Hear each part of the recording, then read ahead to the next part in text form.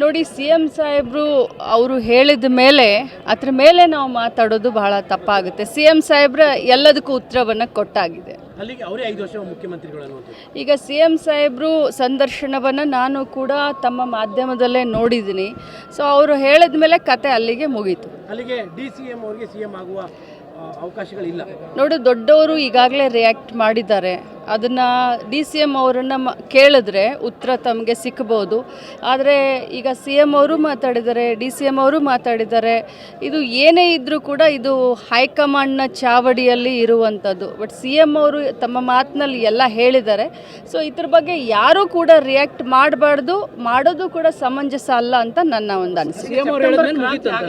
ಖಂಡಿತವಾಗ್ಲೂ C M ಅವರು ಮಾತನಾಡಿದ್ದಾರೆ, ಅದು ಅಲ್ಲಿಗೆ ಮುಗೀತು.